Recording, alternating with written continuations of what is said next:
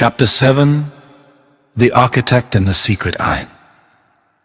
Governments worldwide, stunned by the sudden emergence of the Chronosepians, slowly began to move. The ominous message, "Correction will be made," constantly blaring from the alien city, was still ongoing against the backdrop of this death knell. A high alert was declared across the globe. Military satellites began to be used for a new kind of search mission. They weren't tracking a spaceship. They were searching for the origin of the energy that was tearing the fabric of time. What was once a neglected, small blip of an energy signature had now become a massive, blazing beacon, and it pointed directly to a chaotic workshop in Java. This was not just numbers or data. There were a handful of scientists who had delved into the philosophical roots of this immense catastrophe. In the highest office of a secret intelligence agency in India, Agent Samar quietly focused on the data streams. Agent Samar was not just a spy. He himself held a PhD in physics. His eyes fell upon Mayura's unexpressed, unpublished research papers, hidden in secret files worldwide. Those crazy yet visionary articles on friction and chronometric mechanics.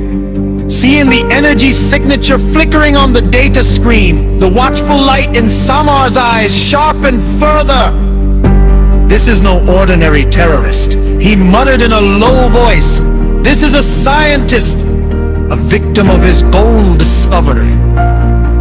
But Samar knew, to the governments, this was not a victim, but the source of a potential threat. The global panic was fueled by two possibilities.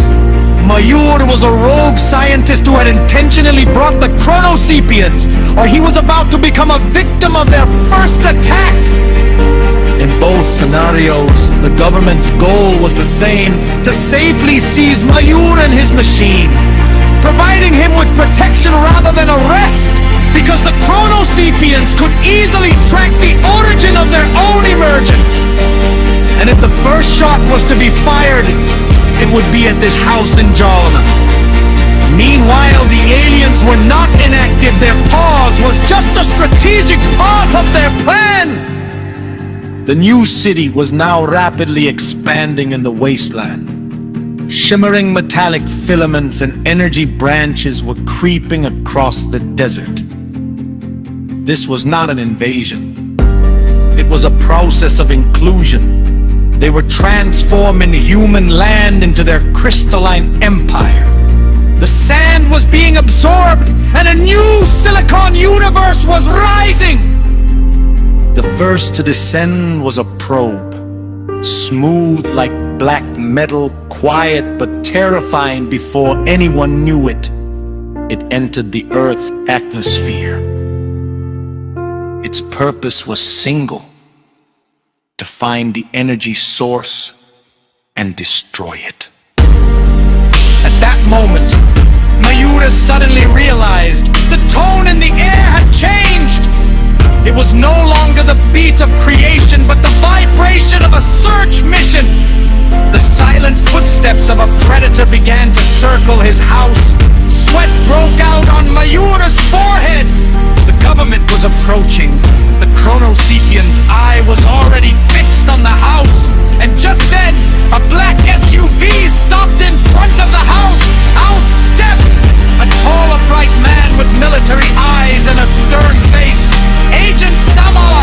He looked directly at Mayur. "Time is running out, Doctor!" His voice was harsh but steady.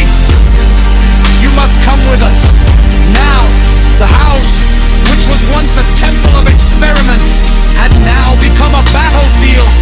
The clock wasn't just ticking, it was shrieking outside. The sound of cars was increasing. Agent Samar was approaching. In that tension, Baba quietly sat in the corner playing with the toy parts. No one stopped him, because no one understood its meaning. But in Baba's little eyes, there was only one goal.